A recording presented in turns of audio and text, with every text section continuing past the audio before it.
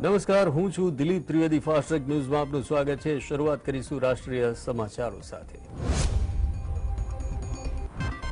બિલ્કિસ બાનો case વિશે પ્રતિક્રિયા આપતા એઆઈએમઆઈએમ પાર્ટીના અધ્યક્ષ અસદુદ્દીન ઓવૈસીએ જણાવ્યું કે ઘટનાના પહેલા દિવસથી પીડિતાના પડખે ઊભા રહેવાની જગ્યાએ ગુજરાત સરકારે જઘન્ય કૃત્ય કરનાર આરોપીઓનો સાથ આપ્યો છે. પોતાના જીવને જોખમમાં મૂકીને પણ બિલ્કિસ બાનોએ ન્યાય મેળવવાનો માર્ગ પસંદ કર્યો. ગુજરાત સરકાર જે પીડિત બિલ્કિસ બાનોનું રક્ષણ ન કરી શકે તેણે આરોપીઓને મુક્ત કરવાનો આદેશ આપ્યો. સરકારે રાજનૈતિક વિચારધારાથી ઉપરવટ થઈ આ પ્રકારના ગુનામાં સંડોવાયેલા આરોપીઓને રાહત નહીં આપવાનો દાખલો બેસાડવો જોઈએ.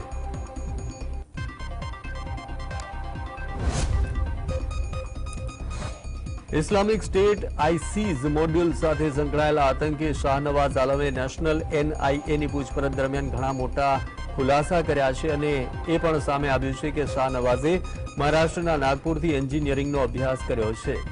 તેણે માઇનિંગ વિષયમાં એન્જિનિયરિંગ કર્યું છે. તેના મોબાઈલમાંથી ઘણા ફોટોગ્રાફ્સ મળી આવ્યા છે, જેના પછી ખબર પડી કે તે ઘરે આઈઈડી બનાવી રહ્યો હતો. શાહનવાઝે એવું પણ જણાવ્યું કે આતંકવાદીઓના નિશાને ગાંધીનગર, અમદાવાદ, વડોદરા અને સુરત શહેર હતા.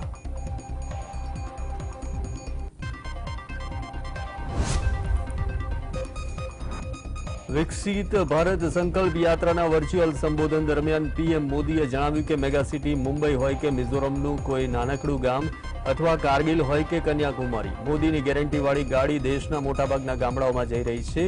જે ગરીબ લોકોનું જીવન સરકારી યોજનાઓનો લાભ મેળવવામાં વીતી ગયો, તેઓ વર્તમાન સમયમાં સાર્થક પરિવર્તન જોઈ રહ્યા છે. શું કોઈએ ક્યારે વિચાર્યું હતું કે સરકારી બાબુ પોતે તમારા ઘરે આવશે અને પૂછશે કે શું તમને કોઈ સરકારી યોજનાનો લાભ મળ્યો છે કે કેમ? કેટલાક લોકો સાથે મારી વાતચીત થઈ, તેમના ચહેરા પર પણ સંતોષ દેખાઈ રહ્યો છે.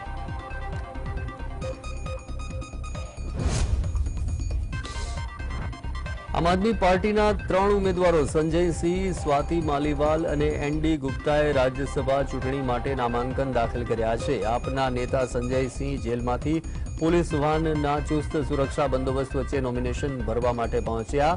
આ દરમિયાન મોટી સંખ્યામાં સમર્થકો સ્થળ પર હાજર રહ્યા અને સમર્થનમાં સૂત્રોચ્ચાર પણ કર્યા હતા.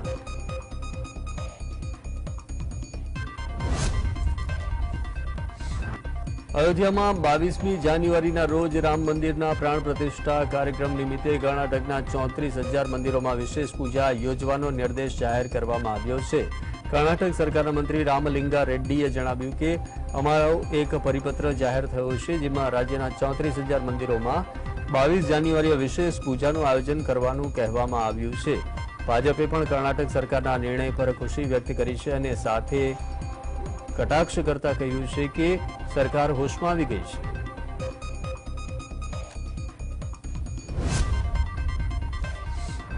કર્ણાટકના પૂર્વ મુખ્યમંત્રી અને ભાજપના નેતા બસવરાજ બોમ્માઈએ જણાવ્યું કે અમે પ્રદેશની તમામ 28 લોકસભા બેઠકો પર જીત મેળવવા માંગીએ છીએ. આ માટે રણનીતિ ઘડી છે અને તેના પર કામ કરી રહ્યા છીએ. રામ મંદિર વિશે વાત કરતા બોમ્માઈએ કહ્યું કે આ કોંગ્રેસની પીછેહટ છે. પહેલા તેમણે રામ મંદિર મુદ્દાનો વિરોધ કરવાનો પ્રયાસ કર્યો, પરંતુ જ્યારે લોકો તેમની વિરુદ્ધ ગયા તો હવે આવા નિવેદનો આપી રહ્યા છે.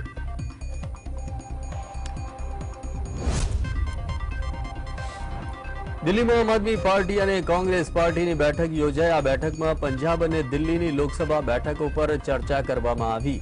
વર્ષ 2024ની લોકસભા ચૂંટણી લડવા માટે અલગ અલગ રાજકીય પક્ષો વિપક્ષી ઇન્ડિયા ગઠબંધનમાં એકજૂટ થયા છે, પરંતુ તેમની વચ્ચે હજુ સુધી બેઠકોની વહેંચણીને લઈ યોગ્ય સહમતિ બની શકી નથી.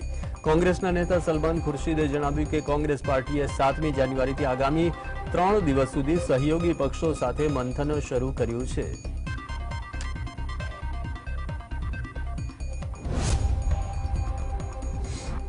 વર્ષ 2024ની લોકસભા ચૂંટણીને લઈ અને વિપક્ષી ઇન્ડિયા ગઠબંધનમાં કોંગ્રેસ પાર્ટી સહિત સહયોગી દળ બેઠકોની વહેંચણી મુદ્દે ચર્ચા વિચારણા કરી રહ્યા છે. ત્યારે આ વિશે પ્રતિક્રિયા આપતા રાજસ્થાનના પૂર્વ મુખ્યમંત્રી અશોક ગેહલોતે જણાવ્યું કે વર્તમાન સમયે કોણ શું કહી રહ્યા છે તેના પર વધુ ધ્યાન આપવાની જરૂર નથી. જ્યારે પણ આટલું મોટું ગઠબંધન રચાય છે ત્યારે ઘણા પક્ષો અને ઉમેદવારોએ ત્યાગ અને સમાધાન કરવું પડે છે. કોંગ્રેસ પાર્ટી આ પહેલ કરી છે અને દેશભરમાં આ મુદ્દે સારો સંદેશો ગયો છે.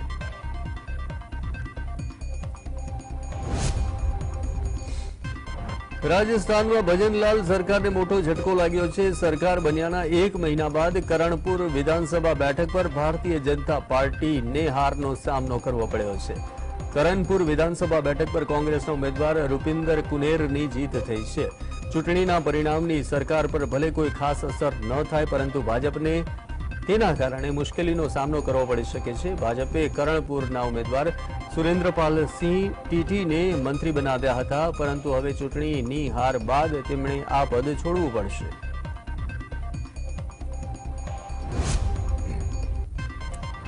કોરોનાના કેસીસમાં વધારો જોવા મળ્યો છે। કેન્દ્રીય સ્વાસ્થ્ય મંત્રાલય તરફથી જારી કરવામાં આવેલા આંકડા પ્રમાણે દેશમાં કોરોનાના નવા 605 કેસ નોંધાયા છે। પશ્ચિમ બંગાળ, કર્ણાટક, કેરળ, રાજસ્થાન, ગુજરાત, ઉત્તર પ્રદેશ, મધ્યપ્રદેશ અને હરિયાણા સહિતના રાજ્યોમાંથી કોરોનાના વધુ કેસો સામે આવી રહ્યા છે। આ સાથે જ છત્તીસગઢમાંથી પણ 7 નવા કોરોના દર્દીઓની પુષ્ટિ થઈ છે। જો કે 7મી જાન્યુઆરીની સરખામણીએ 47 કેસ ઓછા નોંધાયા છે।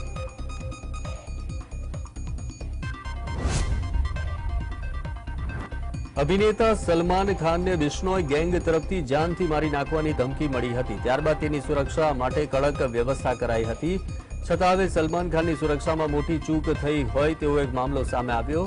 મળતી માહિતી પ્રમાણે નવી મુંબઈના પનવેલ સ્થિત અભિનેતાના ફાર્મ હાઉસમાં 2 શકમંદોએ બળજબરીથી પ્રવેશવાનો પ્રયાસ કર્યો હતો। જો કે આ બાદ સિક્યુરિટી ગાર્ડે આ બંને લોકોને પકડી લીધા હતા।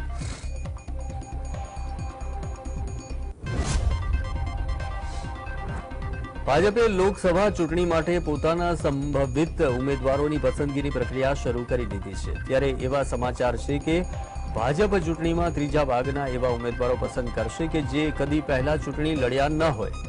લોકસભાની 543 બેઠકોમાંથી ભાજપ લગભગ 450 બેઠકો પર ચૂંટણી લડવાનું છે। 150 નવા ઉમેદવારોને મેદાનમાં ઉતારાશે। 41 વર્ષથી 55 વર્ષની વયના ઉમેદવારો પહેલીવાર ચૂંટણી લડશે।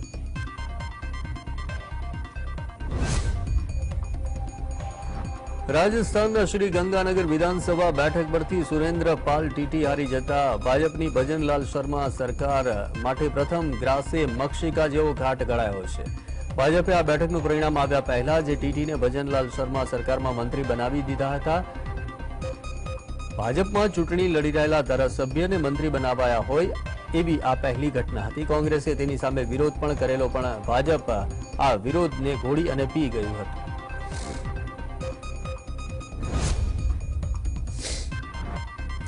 લોકસભાની ચૂંટણી પહેલા કોંગ્રેસની જીતવાની તકો અંગે એનાલિસિસ કરવા માટે પ્રમુખ મલ્લિકાર્જુન ખડગે 539 લોકસભા બેઠકો માટે કોર્ડિનેટર્સ નિમ્યા છે અને આ કોર્ડિનેટર્સ પોતાને ફાળવાયેલી બેઠકની રાજકીય સ્થિતિ અંગે મૂલ્યાંકન કરી હાઈકમાન્ડને ફીડબેક આપશે। તેના આધારે કોંગ્રેસનું નેતૃત્વ ભાજપ વિરોધી મોરચાના સાથી પક્ષો સાથે બેઠકની વહેંચણી અંગે નિર્ણય લેશે।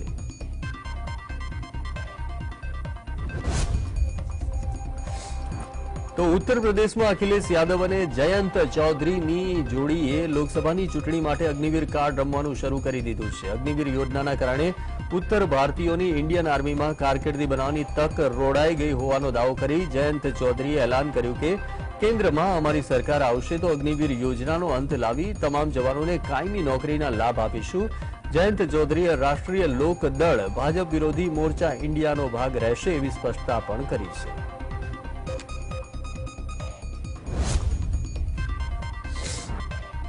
મહારાષ્ટ્રમાં શરદ પવાર અને અજીત પવાર જૂથ વચ્ચે ફરી તૂતુ મેમે શરૂ થઈ ગઈ છે। અજીત પવારે કાકા શરદ પવારને નિશાન બનાવતા કહેલું કે મહારાષ્ટ્ર સરકારમાં કર્મચારીઓ 58 વર્ષની ઉંમરે નિવૃત્ત થઈ જાય છે, પણ રાજકારણમાં કેટલાક લોકો 80 વર્ષના થવા છતાં ખસવાનું નામ નથી લેતા। અજીતે પોતાના જૂથના નેતાઓને તેના ભત્રીજા અને શરદ પવાર જૂથના ધારાસભ્ય રોહિત પવારની ટીકા ન કરવાનો અનુરોધ કરતા કહ્યું કે રોહિત હજુ બાળક છે, તે સિનિયર નેતા નથી અને તેની વિરુદ્ધ બોલવામાં સમય ન બગાડવો જોઈએ।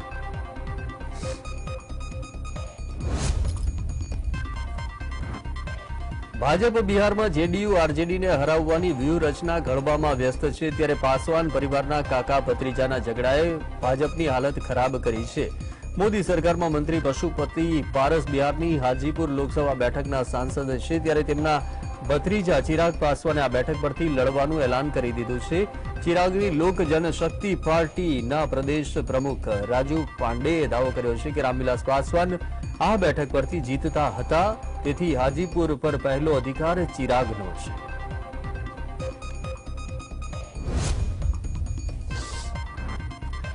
ઉત્તર ભારતમાં શીતલહેર યથાવત છે. આવનારા સમયમાં રાહતની કોઈ આશા નથી દેખાઈ રહી. હવામાન વિભાગે ઉત્તર પ્રદેશના અનેક જિલ્લાઓમાં ધુમ્મસનું એલર્ટ જારી કર્યું છે. હવામાન વિભાગના જણાવ્યા અનુસાર પંજાબ, ઉત્તરી હરિયાણાના કેટલાક ભાગો અને પશ્ચિમ ઉત્તર પ્રદેશ અને બિહારના ઘણા જિલ્લાઓમાં આગામી 1 કે 2 દિવસમાં ગાઢ ધુમ્મસ છવાઈ શકે છે.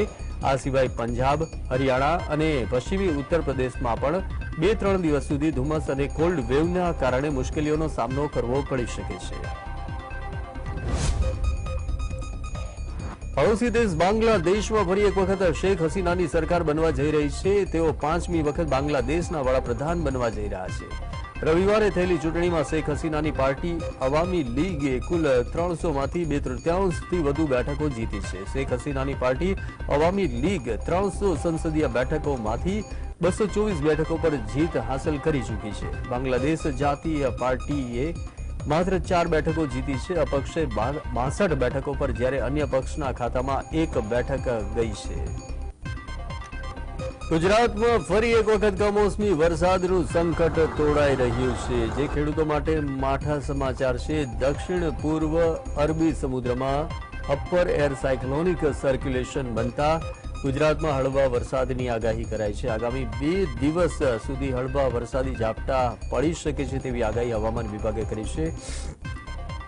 હવામાન વિભાગની આગાહીના પ્રમાણે અમદાવાદ, ગાંધીનગર, મહેસાણા, સાબરકાંઠા, બનાસકાંઠા, અરવલ્લી, નવસારી, વલસાડ, દમણ, દાદરા નગર હવેલીમાં વરસાદી ઝાપટા પડી શકે છે.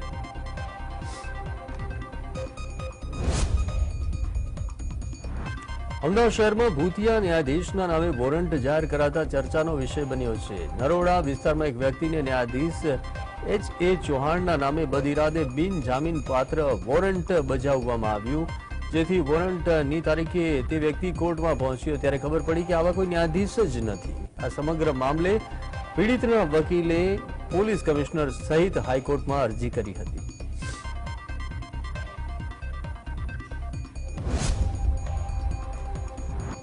મહેસાણાની દૂધસાગર ડેરીના 14.89 કરોડ રૂપિયાના બોનસ પગાર કૌભાંડ કેસમાં તાત્કાલિક ચેરમેન આશાબેન ઠાકોર અને વાઇસ ચેરમેન મોંઘજીભાઈ ચૌધરીને મોટો ફટકો પડ્યો છે. આ કેસની સુનાવણી અમદાવાદ સિટી સેશન્સ કોર્ટમાં હાથ ધરવામાં આવી. આ કેસમાં બંને ડિસ્ચાર્જ માટે કરેલી અરજીને સ્પેશિયલ સરકારી વકીલ વિજય બારોટની દલીલના આધારે કોર્ટે 1 વર્ષની લાંબી સુનાવણી બાદ ફગાવી દીધી હતી.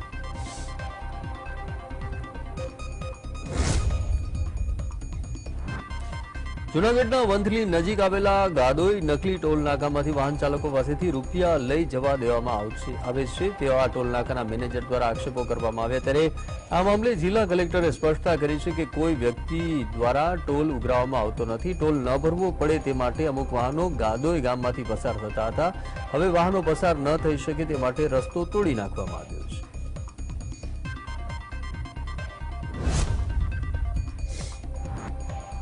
ગુજરાતની મુલાકાતે રહેલા દિલ્હી અને પંજાબના સીએમ રાજપીપળા જિલ્લા જેલમાં આપના ધારાસભ્ય ચૈતર વસાવાને મળવા પહોંચ્યા. અરવિંદ કેજરીવાલ અને ભગવત માન સહિતના 5 લોકોએ રાજપીપળા જિલ્લા જેલમાં ચૈતર વસાવા સાથે 16 મિનિટ સુધી મુલાકાત કરી. જેલ મેન્યુઅલ મુજબ સામાન્ય વ્યક્તિની જેમ જ બંને સીએમ મુલાકાતી રૂમમાં પહોંચ્યા હતા અને તેમની સાથે મુલાકાત કરી હતી. જૂનાગઢમાં પાક વીમા મુદ્દે કોંગ્રેસ દ્વારા વિરોધ પ્રદર્શન કરવામાં આવ્યું. જય જવાન જય કિસાનના નારા સાથે કિસાન કોંગ્રેસે ભારે વિરોધ કર્યો. કોંગ્રેસ નેતા પાલ આંબલિયા અને એમએલએ અરવિંદ લાડાણીએ કયા વર્ષની અને કયા પાકની રકમ સરકાર દ્વારા જમા કરવામાં આવી છે તે નાયબ ખેતી નિયામકને રજૂ કરી 15 દિવસમાં આ મામલે જવાબ આપવામાં આવે તેવી કિસાન કોંગ્રેસ દ્વારા માંગ કરવામાં આવી છે.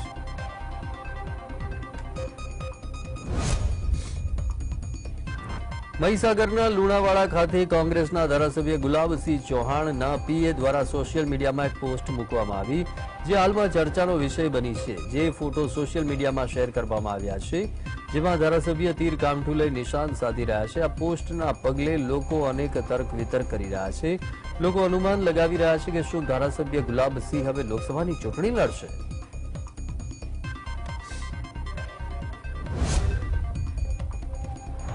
કેન્દ્રીય રેલવે વિભાગે ખાનગી કંપનીને હજીરા ગોથાણ વચ્ચે નવી રેલવે લાઇન નાખવાની મંજૂરી આપતા તેના વિરોધમાં અસરગ્રસ્ત ખેડૂતોએ અઠવા લાઇન્સ સ્થિત જિલ્લા કલેક્ટર કચેરી ખાતે દેખાવો કરી વિરોધ નોંધાવ્યો. નવી રેલવે ટ્રેકની લઈ અને 14 ગામના 350 થી વધુ ખેડૂતોની જમીન સંપાદનમાં જઈ રહી હોવાથી ખેડૂતો તેનો વિરોધ કરી રહ્યા છે, જેમાં હજીરાથી ગોથાણ વચ્ચે ખેડૂતો પોતાની મામૂલી જમીન સંપાદનમાં આપવા માટે તૈયાર નથી.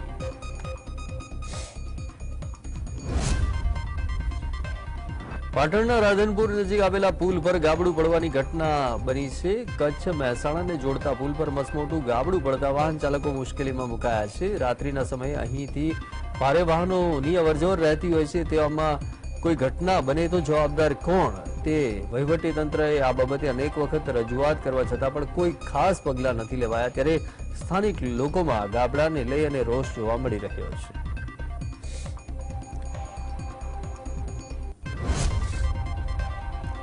અમરેલીના લાઠીના અજીરાધાર ગામે ભારત વિકસિત યાત્રામાં હોબાળો થયો. ભારત વિકસિત યાત્રા દરમિયાન લોકોએ સાંસદ અને ધારાસભ્યનો ઉધડો લીધો. જનતાએ સાંસદ નારાયણ કાછડિયા અને ધારાસભ્ય જનક તલાવિયાને અજીરાધાર નજીકના તળાવ તોડવાને લઈ અને રોષ ઠાલવ્યો. ધારાસભ્ય જનક તલાવિયાને તળાવ બાબતે સ્થાનિકોએ આડે હાથ લીધા હતા.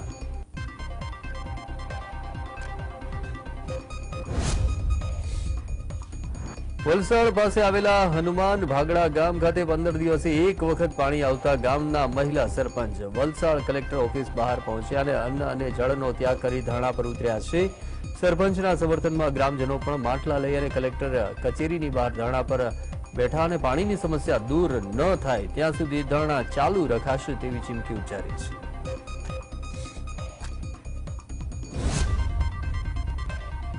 સુરેન્દ્રનગરના દૂધરેજ સંયુક્ત પાલિકામાં ફરજ બજાવતા 500 થી વધુ સફાઈ કર્મચારીઓને સમયસર પૂરતો પગાર ન મળતા કર્મચારીઓમાં રોષ ફેલાયો છે. ત્યારે સફાઈ કર્મચારીઓએ વઢવાણ, સુરેન્દ્રનગર અને જોરાવર નગરના ગામોમાં સફાઈ કામગીરી બંધ કરી હડતાલ પર ઉતર્યા છે. કોન્ટ્રાક્ટ પ્રથા નાબૂદ કરી અને સીધા સમયસર પગાર ખાતામાં જમા કરવામાં આવે તેવી કર્મચારી દ્વારા માંગ કરવામાં આવી છે.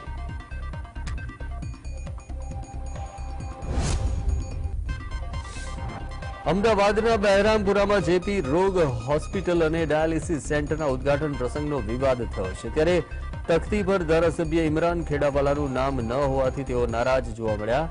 ઇમરાન ખેડાવાલાએ હોસ્પિટલ પહોંચી અને વિરોધ કર્યો કે હોસ્પિટલના પૈસા કમલમમાંથી નથી આવતા, શા માટે તખ્તીમાં નામ નથી તેવો સવાલ પણ કર્યો છે.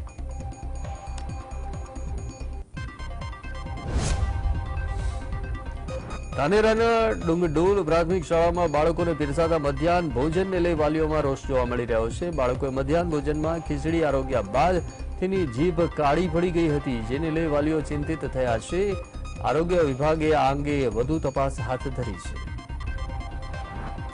અમદાવાદમાં કોંગ્રેસ અને ભાજપના નેતાઓ વચ્ચે ફરી એક વખત સોશિયલ મીડિયામાં શાબ્દિક યુદ્ધ જોવા મળ્યું છે અને બહેરામપુરામાં બનેલી ચેપી રોગ હોસ્પિટલના શ્રેયને લઈ અને હોળ જામી છે. ખાડિયાના ધારાસભ્ય ઇમરાન ખેડાવાલાએ કોર્પોરેશનની ચેપી રોગ હોસ્પિટલ અને ડાયાલિસિસ સેન્ટર માટે પોતાનો યશ ખાટવાનો પ્રયત્ન કર્યો અને ટ્વિટર હેન્ડલ પર ઇમરાન ખેડાવાલાના આ પ્રયાસથી હોસ્પિટલ બની હોવાનું તેઓએ લખ્યું હતું.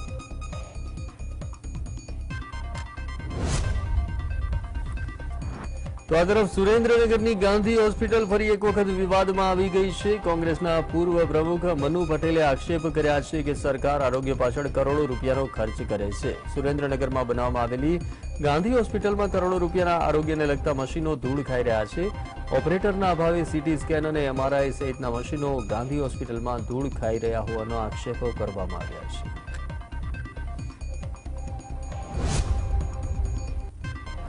તો છેલ્લા લાંબા સમયથી ઉત્તર ગુજરાતમાં લગ્ન નોંધણીમાં સુધારો કરવાની માંગ કરવામાં આવી છે. ત્યારે લગ્ન નોંધણી અધિનિયમમાં સુધારા માટે હવે ધારાસભ્ય રમણલાલ વોરા મેદાને પડ્યા છે અને આ અંગે તેઓએ CMને પત્ર લખ્યો છે.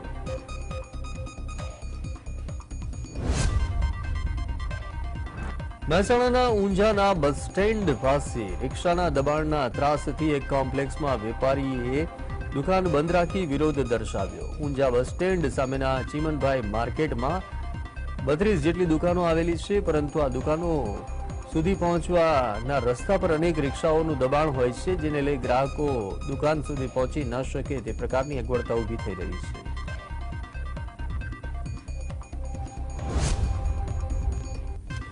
સુરતના લિંબાયતના મીઠી ખાડી વિસ્તારનો વિડીયો સોશિયલ મીડિયા પર વાયરલ થયો છે. મીઠી ખાડીમાં જાહેર રોડ પર ભરાતા બજારમાં ઇમરજન્સી દર્દીઓને લઈને જતી 108 એમ્બ્યુલન્સ ફસાઈ ગઈ હોવાનું સામે આવ્યું. બજાર ભરાતા દુકાનદારો અને ફેરિયાઓ જાહેર રસ્તા પર કબજો કરી બિંદાસ્ત રીતે એસએમસીના દબાણ ખાતાના ડરથી ધંધો કરી રહ્યા છે અને કોઈ ઘટના બને તો આ માટે કોણ જવાબદાર ગણાશે તેને લઈ ચોક્કસપણે સવાલો ઉભા થયા છે.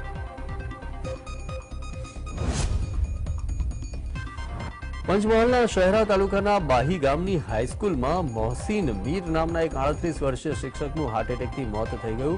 ક્લાસરૂમમાં તેઓ શિક્ષણ કાર્ય કરાવી રહ્યા હતા તે દરમિયાન તેમને ચક્કર આવ્યા અને તેઓ ઢળી પડ્યા હતા.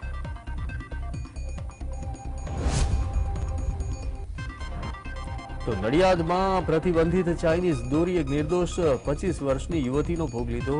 પાણીયાવડથી ફતેપુરા જવાના રસ્તા પર મયુરી નામની આ યુવતી એક્ટિવા પર જઈ રહી હતી ત્યારે ચાઇનીઝ દોરી તેના ગળામાં ફસાઈને ગંભીર રીતે ઈજા પામી અને તેને હોસ્પિટલ પણ ખસેડાઈ, પરંતુ તે પહેલા તેનું પ્રાણ પંખેરું ઉડી ગયું હતું. તો રાજકોટ અમદાવાદ હાઈવે પર મહિલાની હત્યા પાછળ પ્રેમ પ્રકરણ હોવાનો ખુલાસો થયો છે. મહિલાની હત્યાનો ભેદ પોલીસે ગણતરીની કલાકોમાં ઉકેલી નાખ્યો છે. પોલીસ તપાસમાં મૃતક મહિલાનું નામ ભાવના નિમાવત હોવાનું સામે આવ્યું છે. મૃતક ભાવનાના હત્યા કરનાર નરેશ પરમાને પ્રેમ કરતી હોય લગ્ન માટે દબાણ કરી હતી, જેના ત્રાસથી કંટાળી નરેશે લગ્નની લાલચ આપી તેને બોલાવી અને માતા પિતા સહિત 5 શખ્સોએ સાથે મળી ઠંડા કલેજે તેની છરી વડે કરપીણ હત્યા કરી નાખી હતી.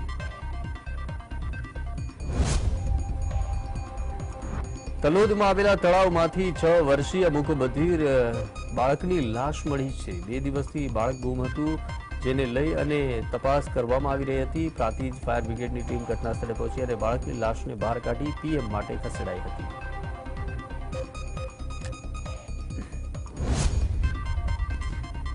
આણંદના બોરસદના ઝારોલા ગામ પાસે ટ્રક અને કાર વચ્ચે સર્જાયેલા ગમખ્વાર અકસ્માતમાં 3 યુવકોના ઘટના સ્થળે મોત થઈ ગયા છે. મૃતક અકસ્માતનો ભોગ બનેલી કારમાંથી કાઢવા માટે 3 કલાકની જહેમત કરવી પડી હતી. બોરસદના ઝારોલ ગામના બસ સ્ટેન્ડ પાસે મોડી રાત્રે આ ગંભીર અકસ્માત સર્જાયો. તો ડીસામાં સેન્ટ એન્સ સ્કૂલ પાસે એક્ટિવા સ્લીપ ખાઈ જતા વિદ્યાર્થી અકસ્માતનો ભોગ બન્યો. અકસ્માતમાં ઈજા પામેલા વિદ્યાર્થીને તેનો મિત્ર સારવાર માટે લઈ ગયો અને હોસ્પિટલ પરત ફર્યો હતો, પરંતુ હોસ્પિટલમાં તબીબો હાજર ન હોવાથી તાત્કાલિક સારવારના અભાવે તેનું મોત થઈ ગયું હતું.